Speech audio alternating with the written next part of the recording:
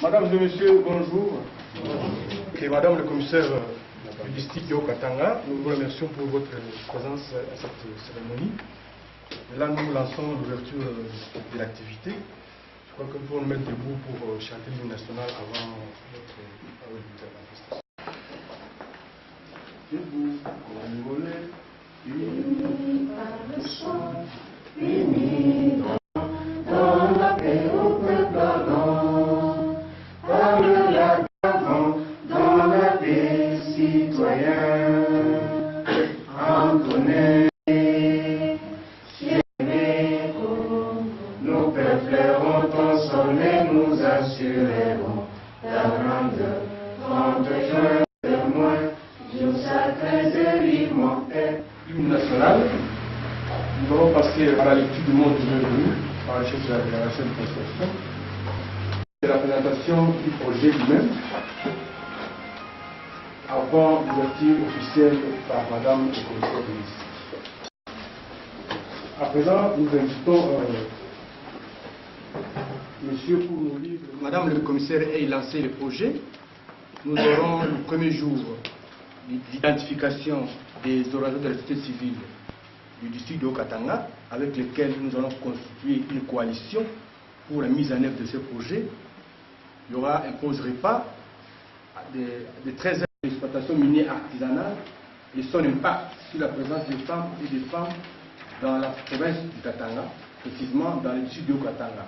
Ça sera animé par le représentant de CESCAM, qui est ici avec les conséquences de leur activité avec les commissariats généraux à l'énergie atomique, suivi des échanges et débats par les modérateurs. Le mardi, le cadre légal du droit de l'enfant et la protection de l'enfant sur le plan national et international.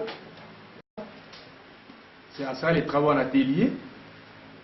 Après, pause repas. La mise en commun des travaux. Le troisième jour, nous aurons à présenter les rapports du premier jour au début, exposés sur le travail en synergie que nous appelons coalition. Création de la coalition du studio Katanga, élaboration du plan opérationnel des activités, c'est pas avant, après, ça sera des travaux en groupe sur la coalition, parce que nous allons vous présenter tout à l'heure le projet, avant que Madame le commissaire lance le projet. Vous allez comprendre que le projet concerne beaucoup les États. Ça, c'est la première. Après les travaux en groupe pour faire la coalition, nous allons mettre en commun les différentes coalitions qui seront mises en place. Voilà, je vous remercie pour le programme. Le secteur de l'économie de la province du Katanga. Avec les crises que la RDC a connues, la prédominance de la gécamine dans le secteur a laissé la place au cours des dernières années à un travail des entreprises privées qui interviennent sur la qui exploitent les minéraux, ne respectent pas leurs responsabilités sociales et n'élaborent même pas les plans de développement durable impliquant le bien-être social et économique des populations affectées par les projets miniers. La situation socio-économique de la communauté est défavorable. Le taux de pauvreté est très élevé auprès de la population qui vit en dessous de $1 américain par jour selon les rapports de 2012 de la division provinciale de l'économie et de la FAO. Pour lutter contre la pauvreté, les femmes et les enfants s'adonnent à l'exploitation minière artisanale. Le cadre largement informel dans lequel se déroulent ces activités fait que les moyens de protection sont généralement démis et ignorés. L'extraction minière artisanale est souvent associée à des impacts sociaux négatifs, comprenant la migration, toxicomanie, problèmes de santé, prostitution, dégradation de l'environnement, travail des enfants dans les mines, violences faites aux femmes, bien que les lois publiées connaissent beaucoup de failles plutôt, et ne sont pas mises en application dans l'ensemble des zones d'exploitation minière artisanale. Les qui vivent aux environs des sites miniers ignorent les textes légaux existants. Aucun mécanisme de communication n'a été mis en place. Les efforts que fournissent les OSC dans la vulgarisation de certains textes légaux n'atteignent qu'en moyenne 20% de la population. Pour pallier à cette situation, le projet propose d'organiser les campagnes de sensibilisation et de vulgarisation des textes légaux et réglementaires qui pourront renforcer les capacités d'acteurs de la communauté vivant aux environs des sites d'exploitation minière artisanale. L'implication des communautés renforcées en capacité dans les actions de sensibilisation et de surveillance et de plaidoyer permet une gouvernance locale et de recevabilité dans le secteur minier. En fait, le projet a été financé par le Fonds Christian-Aid et les autres partenaires qui ont fait un consortium qui constitue à ce que les femmes et les enfants trouvent des solutions aux problèmes qu'elles rencontrent là-bas. Nous renforçons vos capacités pour vous permettre d'agir sur le terrain. La deuxième activité, nous allons passer à la sensibilisation. Dans les sites miniers, nous allons mener l'enquête. Est-ce que les actions que nous avons menées sur la sensibilisation, les communautés ont compris? Quel est le résultat que nous avons obtenu par rapport à notre sensibilisation? Et après la sensibilisation, nous allons ensemble monter des textes pour faire les plaidoyers auprès des autorités qui soutiennent ces projets ici. Comme vous le savez, les problèmes des enfants et des femmes dans des causes minières artisanales, l'autorité provinciale milite pour ces dossiers ici. Nous venons alors pour soutenir les actions qui ont déjà commencé pour que le résultat soit visible. Voilà un peu en bref la présentation du projet, Madame la commissaire du district, comment le projet se présente. Le lancement de ce projet nous permettra d'avancer avec d'autres activités dans le district du Haut-Katanga comme partout dans d'autres districts. D'abord, Madame l'administrateur du territoire, Mesdames et Messieurs, en vos titres et qualités respectifs, pour une réflexion. Je crois que si nous avons bien suivi la présentation du projet, ici il y a un constat et nous voulons faire un plaidoyer. Le constat, c'est celui de savoir ce jour que dans nos carrières, que ce soit les carrières des mines qui sont à Kipushi ou partout ailleurs dans le Katanga, moi je voudrais aussi associer les carrières des sables qui sont aussi des assimilés, c'est-à-dire toutes carrières. Nous avons des femmes, nous avons aussi des enfants. Je vois que leur présence n'est pas nécessairement liée au fait de la création ou de la présence des mines, c'est beaucoup plus par rapport à notre revenu quotidien. Le rapport de la DCRP en parle. Nous parlons de la pauvreté dans notre République. Et à cause de ce travail qui a été fait par la DCRP, le président de la République avait déjà pris des mesures lors du programme des 5 chantiers qui est en train de se concrétiser au moment du programme de la modernisation que nous sommes en train de vivre actuellement. Donc, votre présence en ces lieux, c'est pour réfléchir sur ce cas précis, ce cas de pauvreté qui s'extériorise par la présence des femmes et des enfants dans les mines. Dans une situation normale, dans les carrières, dans une situation normale, ces femmes et enfants seraient à la maison, c'est-à-dire la maman en train de vaquer à ses occupations ménagères et l'enfant en train d'étudier à l'école. Mais l'enfant n'est pas à l'école, la femme n'est pas au ménage. Tout le monde est absent pour se retrouver dans une carrière et résoudre un problème de pauvreté qui se pose. Ici, vous avez été sélectionné selon les endroits. J'ai insisté de sorte que nous ayons des gens qui soient venus de partout ailleurs, des gens qui vivent dans ce contexte précis, qui peuvent nous amener les informations voulues pour que lorsque vous allez arriver à consolider, ou bien à créer la coalition, que vraiment vous ayez toutes les informations et que tout le monde puisse aussi participer d'une manière ou d'une autre. Ces informations doivent aussi vous amener à faire maintenant ce plaidoyer. Le plaidoyer, c'est en faveur de la femme. Le plaidoyer, c'est en faveur de l'enfant. Est-ce que la femme doit partir de la carrière? Est-ce qu'il faut valoriser son travail? Est-ce que l'enfant doit partir de la carrière pour aller à l'école? Est-ce qu'il doit partir de la carrière pour ne rien faire à la maison? Je crois que ça doit faire une réflexion de sorte que nous puissions voir que votre plaidoyer puisse vraiment atteindre son objectif. Parce que je suis commissaire de district, je pense que même partout dans le monde, si aujourd'hui on parle de métier, ça a toujours commencé quelque part. Ça peut aussi être un métier reconnu officiellement, que d'être casseur de pierres dans une carrière. Le travail que l'homme fait, la femme peut faire. Est-ce que c'est parce que seulement la femme qu'on veut nous interdire de casser les pierres? Point d'interrogation. Est-ce que c'est parce que ce sont des enfants qui ne peuvent pas casser des pierres? Point d'interrogation. voilà le problème qui se pose à vous. Vous avez 3 jours de réflexion et je pense vraiment que lorsque je viendrai pour clôturer, à la lecture de votre rapport, il va y ressortir vraiment des propositions qui peuvent aider un gouvernement comme le nôtre à pouvoir trouver des solutions par rapport à tout cela, surtout quand nous voyons les gens qui se déplacent aujourd'hui d'une carrière à une autre, parce que ces gens-là, ce sont pratiquement des nomades. Ils ne sont pas toujours au même endroit. Et ces femmes et ces enfants se déplacent en vagues. Qu'est-ce qu'on pense de tout cela? Et moi, je me remets à votre réflexion.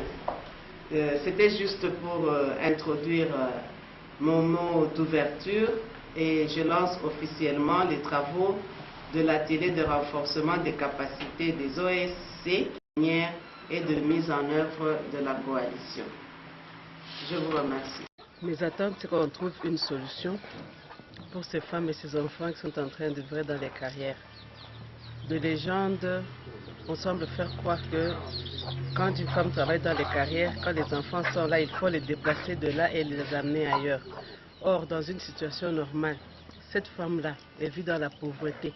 Elle cherche à résoudre ses problèmes au quotidien. Elle a trouvé un endroit, c'est dans la carrière. Est-ce qu'il faut toujours, comme les ONG le veulent, venir prendre la femme, la faire sortir de carrière? Moi, mes attentes, c'est qu'on puisse trouver une solution, que ces femmes-là, on puisse valoriser leur travail. Et qu'on trouve aussi une solution pour les enfants, pour que les enfants se retrouvent à l'école, mais à partir du fruit du travail de leurs mamans qui sont dans les carrières. Pour les enfants, je suis d'accord, il faut les déplacer parce que les enfants, c'est la jeunesse, c'est le futur. C'est vraiment, comment je peux dire, c'est l'expansion même de la RDC. Maintenant, s'il faut encore déplacer la femme qui est source de revenus, je pense qu'à ce niveau-là, quand même, un point d'interrogation. Je voudrais qu'on trouve une solution pour la femme, mais une solution viable et une solution aussi durable. Ça dépend de la réflexion des participants. S'ils veulent que ce soit, c'est pas moi, durable, ce sera durable. Si par exemple aujourd'hui on dit que non, les femmes restent dans les carrières, au lieu qu'elles fassent ce travail à la main avec, je sais pas, casser les pierres avec un marteau, qu'on puisse créer des petites machines pour les femmes. Moi je crois que ce sera une technologie avancée, mais pourvu qu'elles puissent gagner leur pain quotidien. On dit qu'il n'y a pas de sous-métier. Je crois que ça aussi c'est un métier au lieu de voler. Madame. Ndio atelier ya leo inaelekea wa mama na batoto bale beko banatumika makazi makariere mbalimbali. Sasa kwangu mie sa vile autorite njuu kwa population yangu, ni population kuna vivre matatizo mingi, beko na maprobleme, boko résoudre maprobleme. Mimi napenda atelier ipate solution ya kusema ba mama batatumika mfano kani mukariere. Kama batabatosha mukariere baone kintu kani kile banaweza kupata njuu, baone mfano wabo kutumika banze kurisha batoto abo, kutosha batoto mukariere pale mimi d'accord. Maintenant batoto banafai kufunza, banafai kwenda kwa masomo. Njoo bale batoto njoo kesho yetu. Njoo kuendelea kwa Kongo. Batoto banafai kwenda kwa masomo. Me iko mzuri kazi ya bamama ipate mabadiliko. Unakuwa Ndiyo, mimi nawaza inaweza kufanyika, iko possible kila kintu, mais yote na dépendre na binye bile bale benye ba participant beko musala batafanya sawa proposition. Juka mbara mtosho ule mama mkariri, inafai bapate kintu kingine. Mimi kuwaza kwangu, ule mama leo eko na popola na pene na nsando au na ribu na jiwe ingine, juu ya kusema afanye kama magravier ou bien na popola, juu ya kusema toshe mabulongo beko banasafisha bintu mumai. Kama kesho banasema pana banaweza kupata taka teknolojia appropriée, banafuata tu mashine za kufanya para ile kazi kwa nguvu sana, kazi itakuwa iko léger, bale ba mama beko napata chakula njoo ya kusema basaidie kwa nyumba, itakuwa kwa solution mzuri. Mes impressions sont très favorables parce que l'autorité s'est impliquée à 100%. Il a donné des orientations, il a donné les conseils aux participants pour qu'à l'issue de cet atelier, que les solutions soient trouvées en faveur des femmes et des enfants dans des cosmétiques artisanales. Et là aussi ajouté des problèmes liés non seulement aux concessions minières artisanales, mais aussi au gravier, au sable, à tout ce qui fait partie des carrières. Donc elle n'a pas seulement mis l'accent particulier sur le carrière minière artisanale, mais elle est tout ça, c'est le travail de l'enfant. Quand on trouve un enfant dans des graviers, on trouve un enfant dans le sable, c'est du travail qu'on donne à l'enfant, qu'on doit résoudre.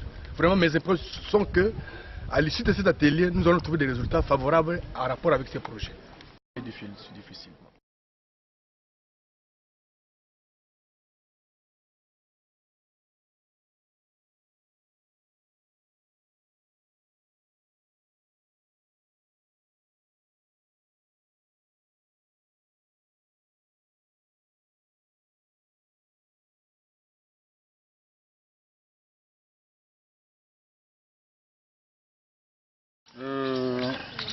Durant les 3 jours, l'atelier s'est bien passé parce que l'autorité s'est impliquée.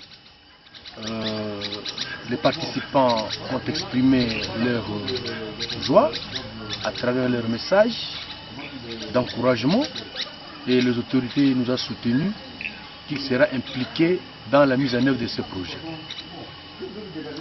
Non, ce projet a été appuyé par le programme du Fonds de la société civile pour la bonne gouvernance.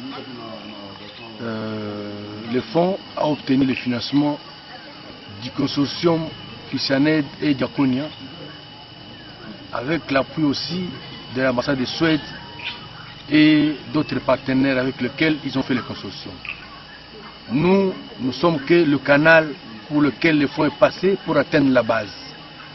Nous ne faisons que renforcer les capacités des OSC et des autres partenaires dans la mise en œuvre de ces projets, afin que la problématique des femmes et des enfants dans les concessions minières artisanales soit résolue. Le projet a prévu une série d'activités. Celle-ci, c'est la première, suivra de la sensibilisation. Après, nous allons mener des enquêtes. Si les actions de sensibilisation que nous avons menées auprès des bénéficiaires, c'est-à-dire les femmes, les communautés qui habitent les environs de concessions minières artisanales, ont été respectées, si les textes légaux vulgarisés, les gens ont pris ça en considération, et ensuite, nous allons mener des enquêtes. Ces enquêtes suivra le plaidoyer. Après les plaidoyers auprès des autorités et des entreprises pour faire accepter le projet et voir comment faire sortir les enfants dans les carrières minières artisanales. Mais madame le commissaire du district, elle n'a pas seulement parlé des carrières minières, elle a aussi parlé des carrières du sable et des carrières des graviers. Et après le comité d'alerte, de surveillance pour voir comment nous allons surveiller la présence des femmes et des enfants dans les concessions minières artisanales. Mais à ce qui concerne les femmes, même le ministre l'avait dit lors du lancement, il dit les femmes, ce sont des adultes. Elles peuvent rester dans les chaînes de production de minerais.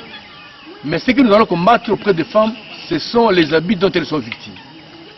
Mais les enfants, eux, leur place est à l'école. Madame le commissaire de district, là aussi, le travail de la femme, mais les enfants, leur place est à l'école. Il y a une série d'activités qui vont continuer, ça c'est la première. Merci.